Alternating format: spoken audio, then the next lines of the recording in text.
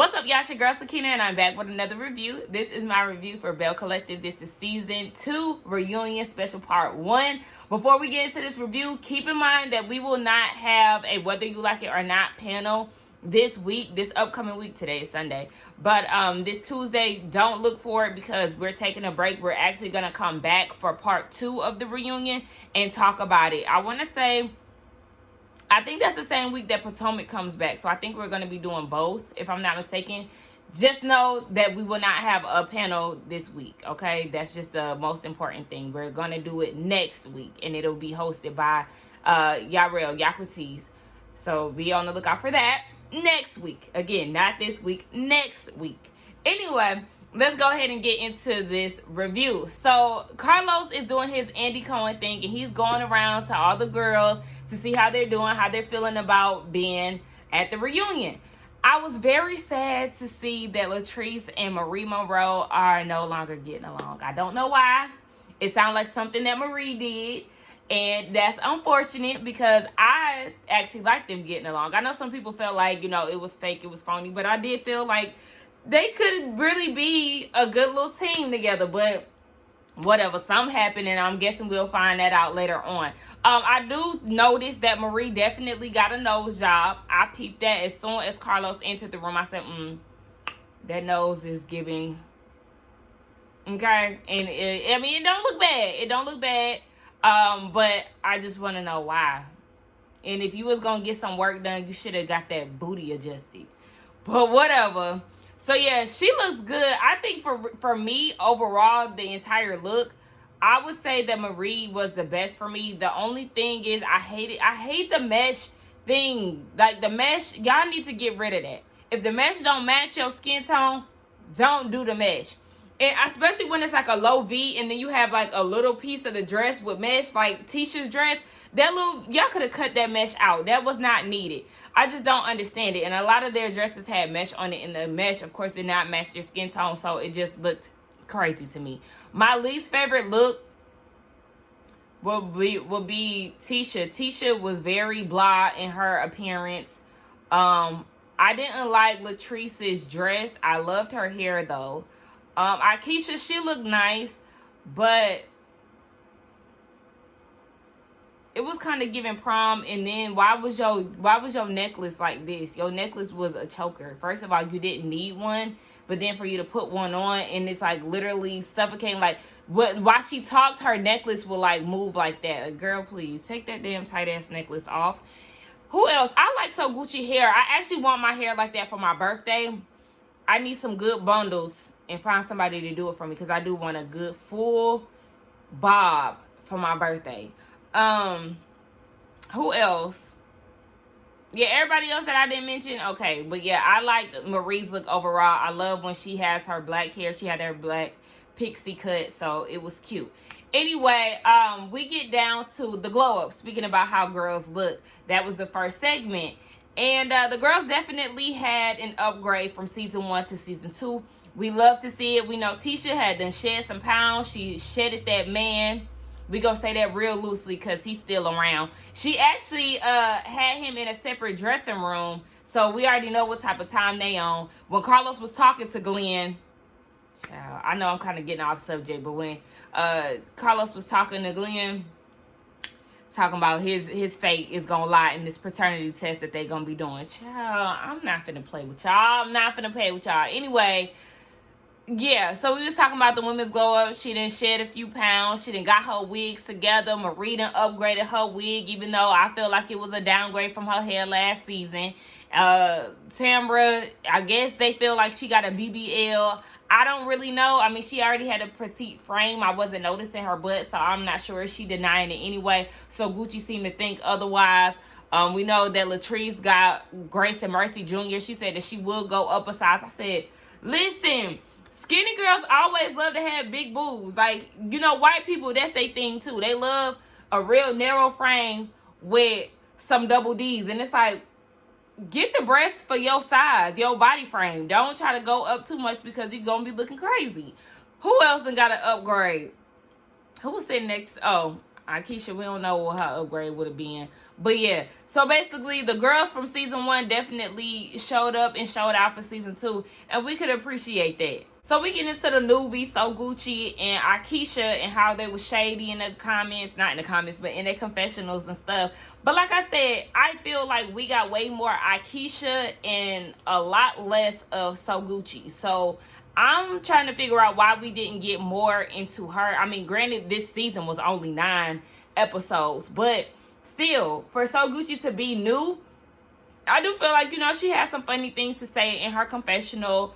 Some of them was a little bit extra as far as talking about Tisha's edges that were intact. There was nothing wrong with them, you know, things like that. I feel like some of the stuff was unnecessary, but at the end of the day, you know, I do feel like they were 2 good additions to the show.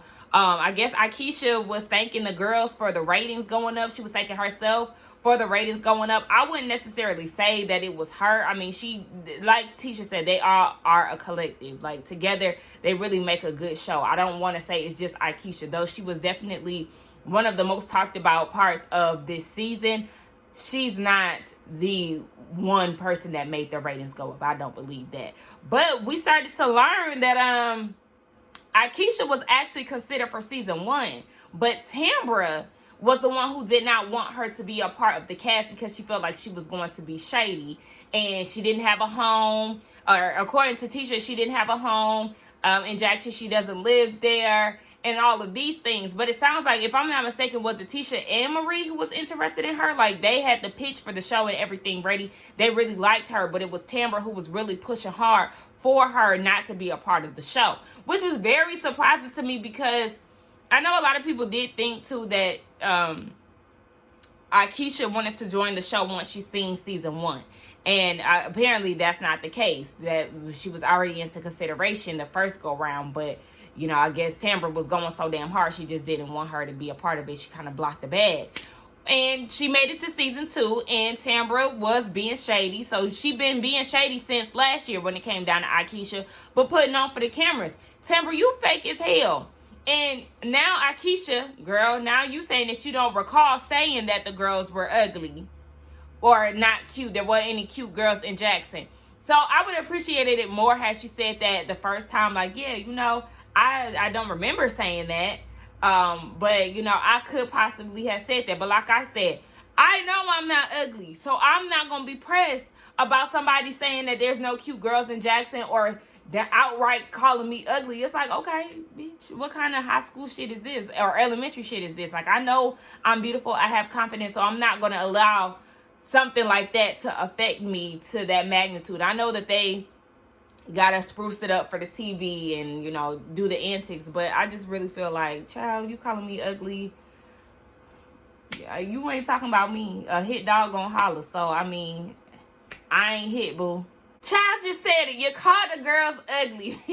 Akeisha and Tambra was on the phone. Now, what's his name? Carlos did ask, do the ladies feel like Tambra is lying? And Tisha was like, it's not even that, but Tambra, you do say things. Girl, just say it flat out. She be lying. So Tambra said she got on the phone with Akeisha, and they was watching the little teaser for the show, and Akeisha was like, child, they ain't no cute girls in Jackson. So, okay, that is an indication that you do feel like the girls are unattractive. So Carlos asked straight up, like, do you not find these women attractive? And she said, not in that picture that they showed. And I wish they would have did a flashback to see what picture that she was talking about. Because, you know, sometimes with these pictures on the promos and things like that, they don't really showcase a lot of women. Not saying just this collective, but a lot of women or the cast in their true beauty, you know? Like the lighting, the editing of the photos and things like that. Because even like a lot of the times with Ready to Love, when you look at the cast pictures, you be like, this the group.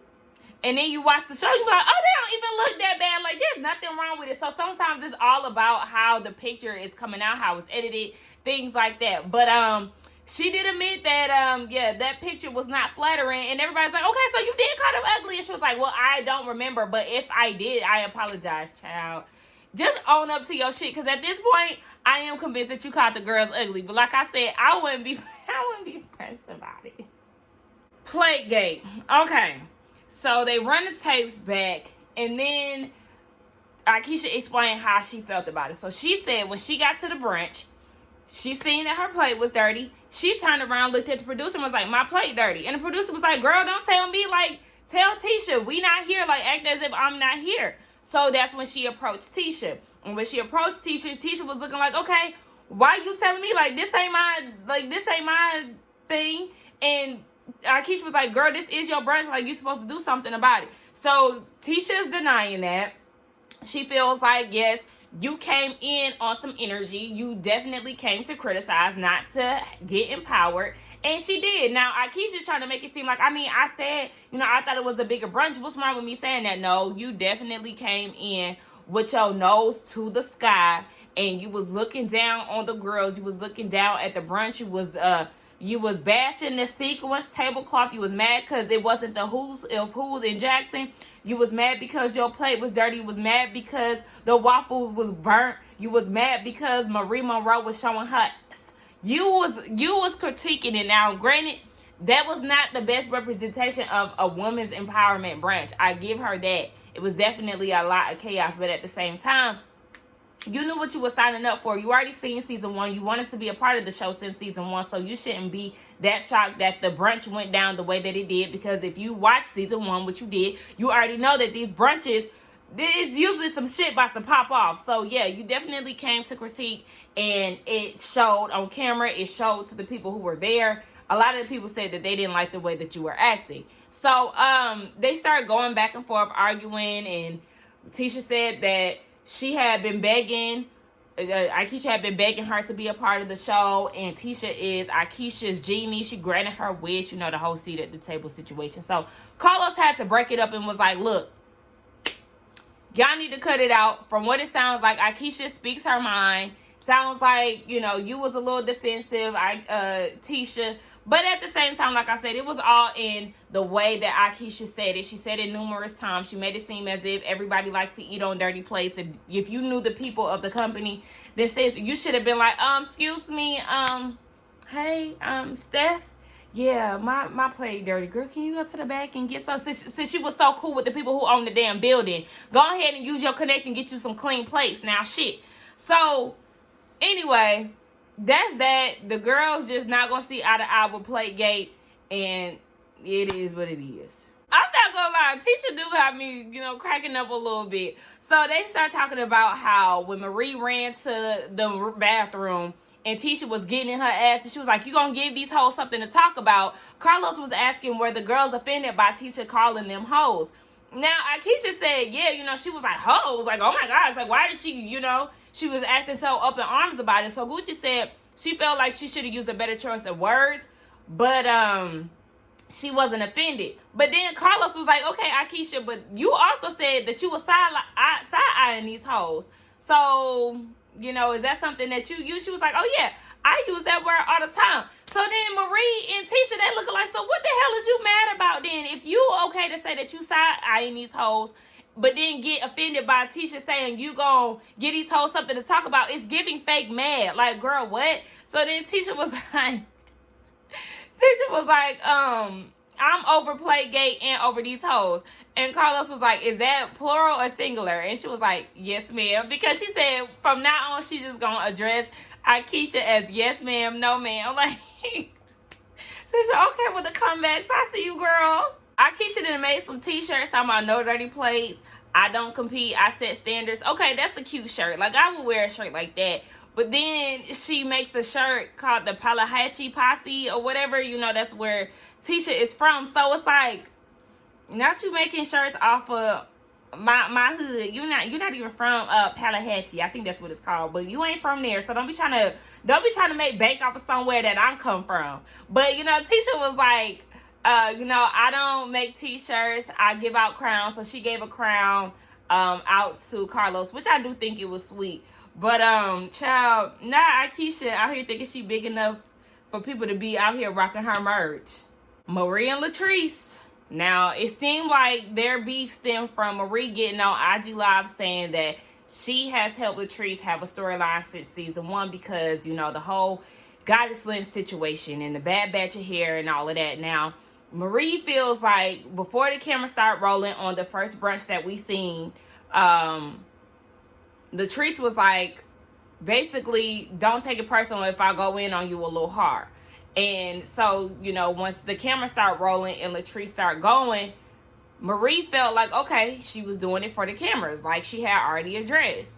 So then when the fraud allegations came out, then that's when she felt like she was taking it too far, because it's like, hey, I already gave you a storyline. Now, I do feel like that's a bit too much, Miss Monroe, because y'all all have your own individual storylines.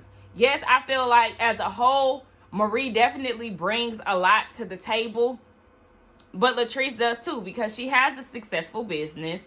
You see the issues within her marriage. You see the issues that she has personally as far as, like, you know, wanting to have kids. We understand the background that she comes from. So I feel like they both contribute to the show, and they do bring real, genuine storylines to the table.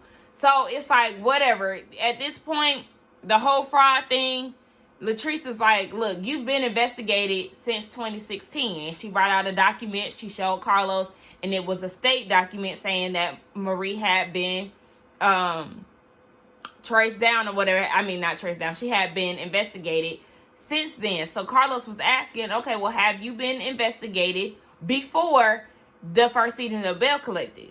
Marie said, listen, if I had an investigation, you think I'll still be open for business? She said nobody has ever approached her. So according to her, that's a lie. She said that Latrice brought the same document to So Gucci's billboard unveiling.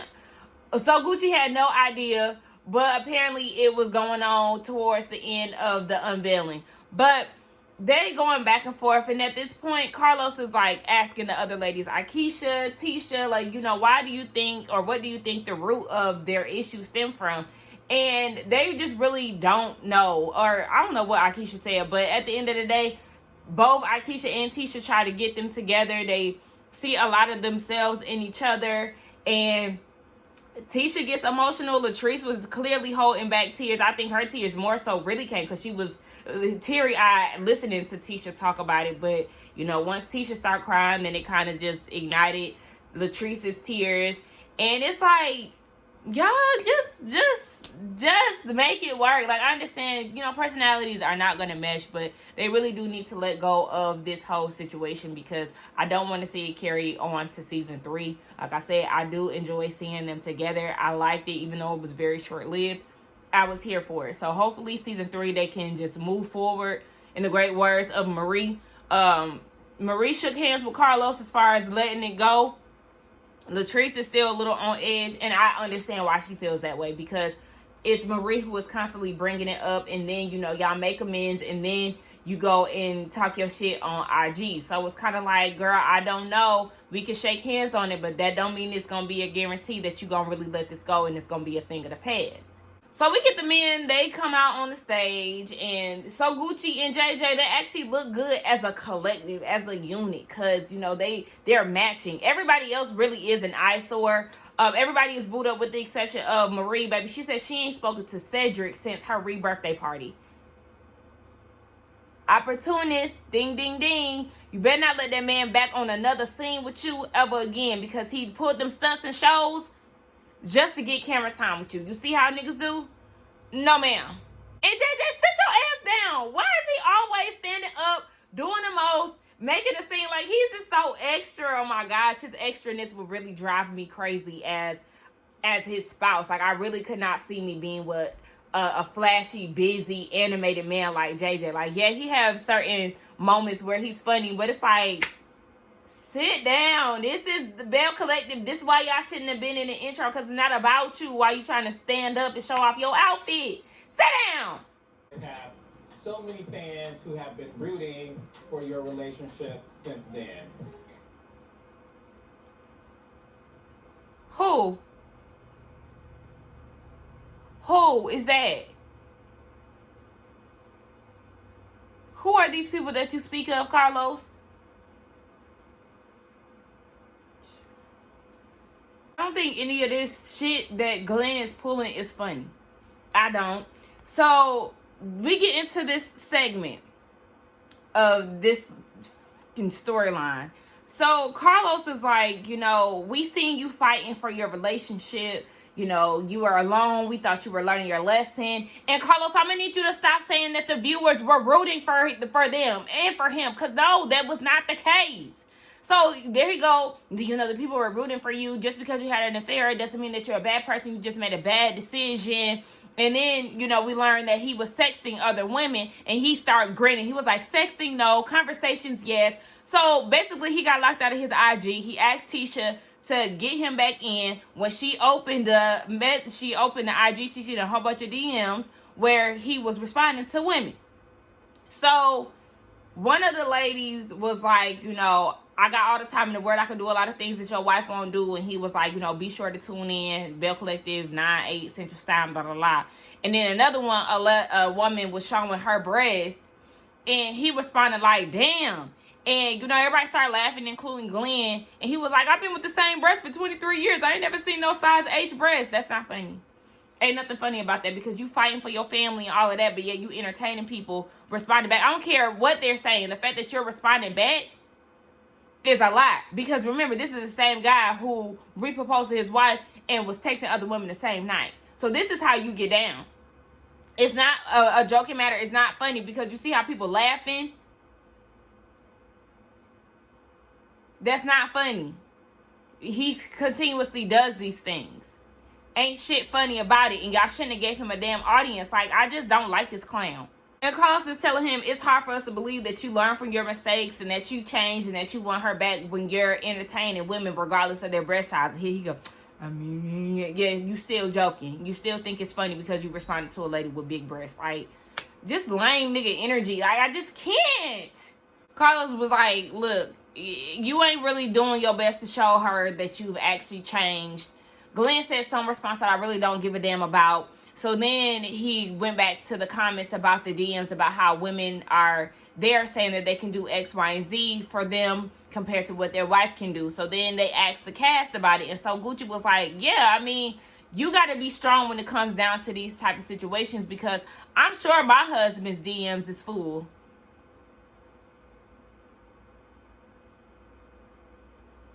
Confidence is key. Confidence is real key. Now, I feel like out of all the men on the show, JJ probably got the least DMs. Not saying that ain't one or two in there, because, you know, the girls, they fall weak for a funny, silly man. However, till we get down to this damn Maury segment of the show, which I think is so staged. Like, y'all talked about this, is the baby his? Is the baby not? And then instead of doing what normal people do, having the damn DNA test taken during the time of finding out, y'all wait until the reunion to do this. Like, it's just so, that is so corny to me. Anyway, they do that, but before Carlos decides to read whatever, he was asking what Glenn would do. Of course, he gonna take the responsibility as a man and all this or whatever. So then he asked Tisha, okay, well, if it comes out he's the dad, are you going to get a divorce? And she was like, it was never about the kid. You know, I forgave him for the affair, so it would be basically like a she'll accept the kid too. It was more so about the things that had came after that. But I don't know. It's like, I guess we'll just see next week if he the daddy or not. I really don't even care at this point, because I hate the way that they place this here to try to make the reunion seem more interesting. Let's save it for this time. Child, forget that paternity. Forget Glenn. I don't give a damn about none of this. But that's the end of the review. Of course, we'll find out the results next week. Let's get down in the comments to talk. I actually did enjoy the reunion. It wasn't bad to me. Let's get down in the comments to talk. I already said that. Don't forget to like, comment, and subscribe to my channel. And I will see y'all in the next one. Bye.